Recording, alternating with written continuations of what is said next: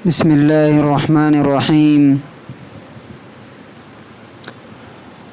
عن معاذ رضي الله عنه قال بعثني رسول الله صلى الله عليه وسلم فقال إنك تأتي قوما من أهل الكتاب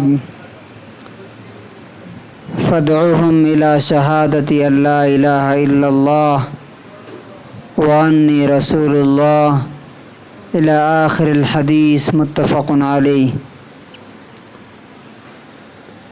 حضرت معاذ رضی اللہ تعالیٰ عنہ کہتے ہیں کہ مجھے رسول اللہ صلی اللہ علیہ وسلم نے بھیجا، یعنی یمن کے علاقے کا گورنر بنا کر کے بھیجا.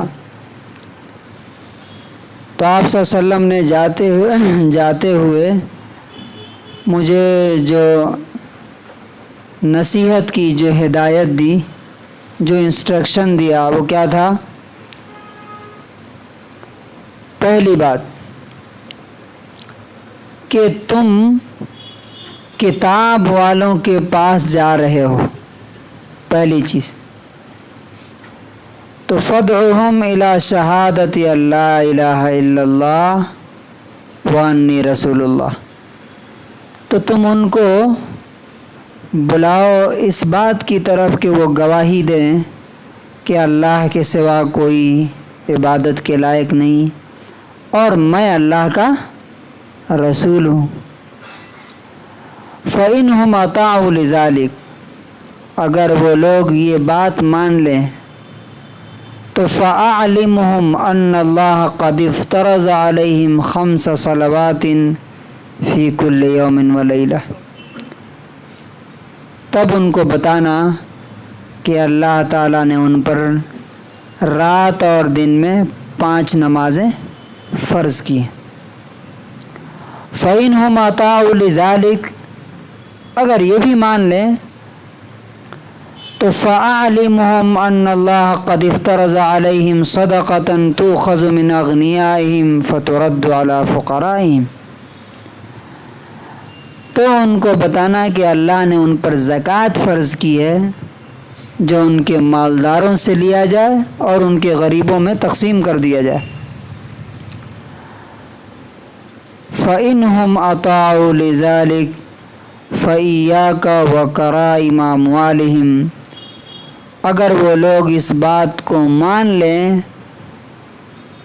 تو یہ بات یاد رکھنا کہ ان کے اچھے اچھے مال چن کر کے مت لے لینا.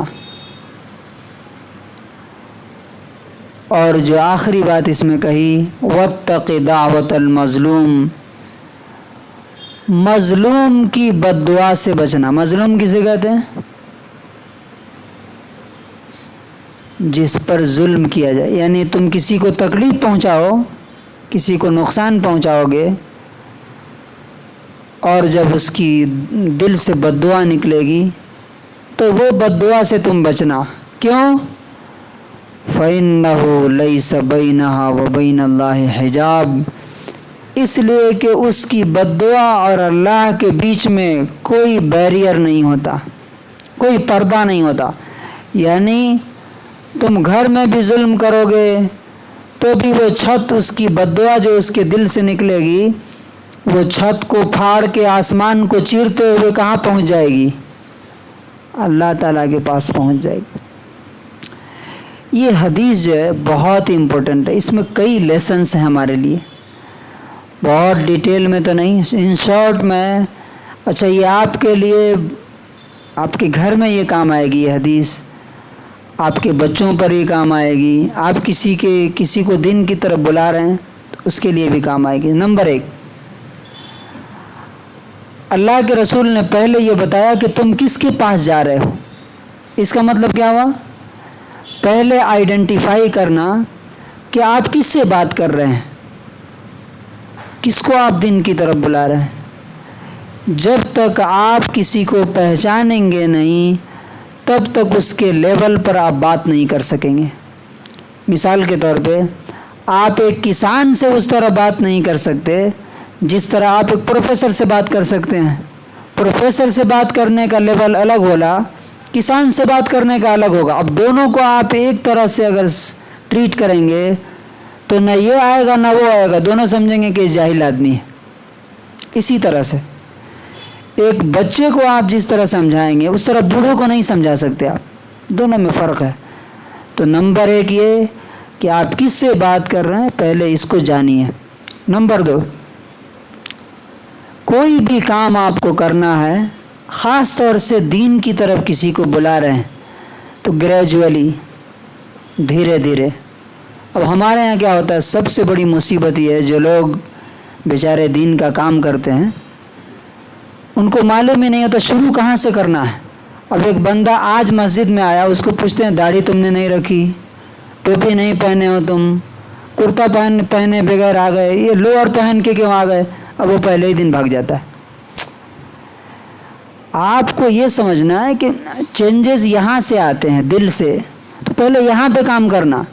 رسول اللہ صلی اللہ علیہ وسلم نے کیا کہا, پہلے ان کو اس بات کی دعوت دینا کہ اللہ کے سوا کوئی عبادت کے لائق نہیں ہے. اب دیکھیے اس کا تعلق کہاں سے ہے, یہاں سے ہے, دل سے, اور میں اللہ کا رسول ہوں.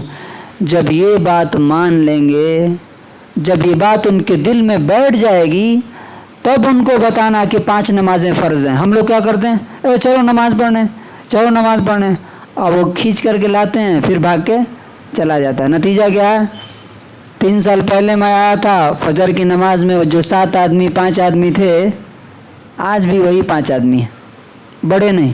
کیوں؟ یہاں سے تبدیلی نہیں آ رہی.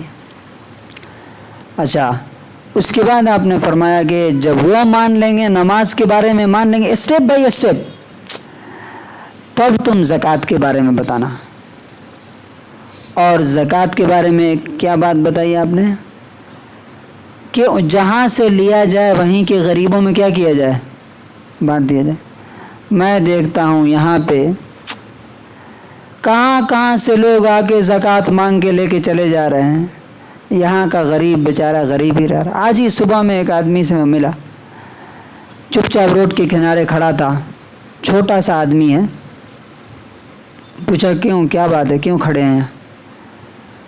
تو کہا گھر میں گیس نہیں ہے اور کرایہ بھی نہیں ہے گھر کا, کاروبار بھی نہیں ہے, وہ بھنڈوال ڈالتے ہیں, وہ گاڑی ہماری کھڑی ہے, اس کے لیے بھی پیسے نہیں. میرے آنکھ سے آنسو آ گئے کہ لوگ اپنی خواہشوں پر, اپنے ڈیزائرز پر لاکھوں کروڑوں خرچ کر رہے ہیں, اور ان مردوں کو پتہ نہیں ہے کہ ہمارے بغل میں کوئی شخص کس حال میں جی رہا ہے. بہرحال میں گھر پہ لے کے آیا, جو کرنا تھا میں نے کیا. تو کیا کہا ہے اس میں, مالداروں سے وہاں کے لیا جائے, وہاں کے غریبوں میں بانٹا جائے. میں کئی ایسے لوگوں کو جانتا ہوں جن کے پاس بچوں کے فیس نہیں ہے, گھر صحیح سے نہیں چل رہا ہے, کرایہ دینے کے لیے نہیں ہے, لیکن لوگ کیا ہیں, ان کو پتہ نہیں ہے یہ بات. اس کے بعد آپ نے فرمایا کہ مظلوم کی بد دعا سے بچنا, یہ لاسٹ پوائنٹ ہے. مطلب کسی کو آپ تکلیف دے رہے ہیں نا, کسی کو کسی اینگل سے آپ تکلیف دے رہے ہیں, کسی اینگل سے, ایموشنل آپ بلیک میل کر رہے ہیں, فزیکل آپ مار رہے ہیں, یا کسی کا کوئی حق چھین رہے ہیں, تو یہ بات یاد رکھیے کہ وہ آپ سے اگرچہ کمزور ہے, لیکن جس نے اس کا دل بنایا ہے اس کے ہاتھ میں آپ کی پیشانی کے بال ہے, جب چاہے گا پکڑ کر کے گھسیٹ کے پھینک دے گا اٹھا کر, اور اس کی بد دعا کو روکنے والا کوئی نہیں ہوگا. اور میں نے اپنی لائف میں کئی لوگوں کو دیکھا ہے جنہوں نے ظلم کیا, اللہ تعالیٰ نے جب ان کو پنشمنٹ دیا تو ایسا لگتا ہے کہ جیسے وہ کبھی نہ تھے, نہ پیدا ہوئے تھے, نہ کوئی بھی ان کا کوئی وجود تھا. اللہ تعالیٰ ہمیں اس حدیث کے مطابق عمل کرنے کی توفیق نصیب فرمائے. سبحان